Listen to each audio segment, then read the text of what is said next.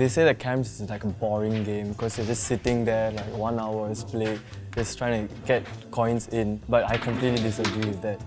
There's a lot of strategy involved because to pocket a coin, you can't just hit it straight. It's like playing pool, but with your fingers. A lot of exciting shots can be made. Sometimes people try to do trick shots. The room just gets hectic and joyful, you know. Hi, my name is Syed. I'm 23 years old and I've been playing carrom for 17 years. I'm Shrika.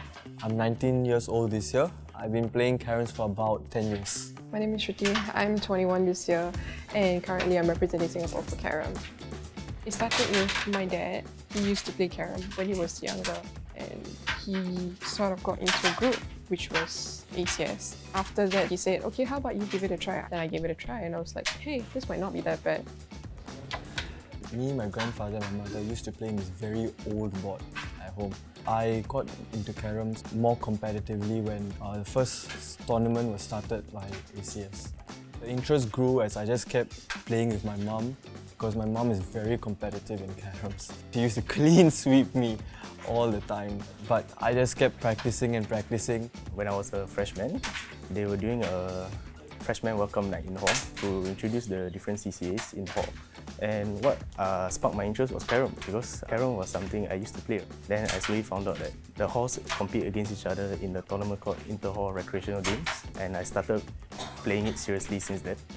In year 2, I became the hall captain, so I will host weekly trainings. So sometimes I will even arrange like friendlies with other halls. Interestingly, carrom is a very popular recreational game in uni. I think it's because it's a very easy game to pick up. I think there's a coolness aspect of the game when people see TikTok edits of like carrom games or sometimes like they're doing trick shots. So I think a lot of the youngsters are captivated by that. I really like puzzles, so the fact that carrom is a strategic game makes it so much more interesting. It's fun to some, it's strategic to some, it's relaxing to others.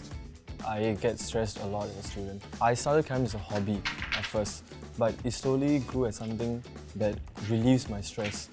It's a more relaxing game. It's very accessible. I can just stay at home and play with my mom. And then slowly I can just develop strategies. It's a game where I can just shut off my brain. I mean, there is strategy definitely, but it doesn't use as much brain power compared to other recreational games like chess, checkers and whatnot. These games can go on to hours on end. You need a lot of patience. It can be time-consuming. There's a lot of hand and eye coordination to that, and that can be really tricky for some. When I went for World Cup and stuff like that, it was mentally and physically draining just to sit hours on end and play. Yeah, so stamina probably would be a must for anybody who wants to play. One attribute that I find very useful in carrom is the ability to stay calm. In my opinion, if you rush any shot, you will never get it in. Every turn you'll always have 15 seconds. 15 seconds is a very long time. The first 5 seconds, just take a slow breather, calm yourself down, and then you take a strike. I'll be playing whites. Since you are playing second, you will be covering black. Okay. What's the level of interest in carrom in Singapore over the years? Once we started talking to people about carrom and the Carrom Association, right, we see a lot of interest. There have been a lot of people who have been playing carrom and many people have childhood memories of playing carrom. It's just that we are able to revive that interest now and people are able to fondly remember it and continue to play that in the interest groups that we have across the islands. Last year, we went to Maldives to play in the Asian Cup. We finished 5th there, and last November, we played in the World Cup in US. We came 4th.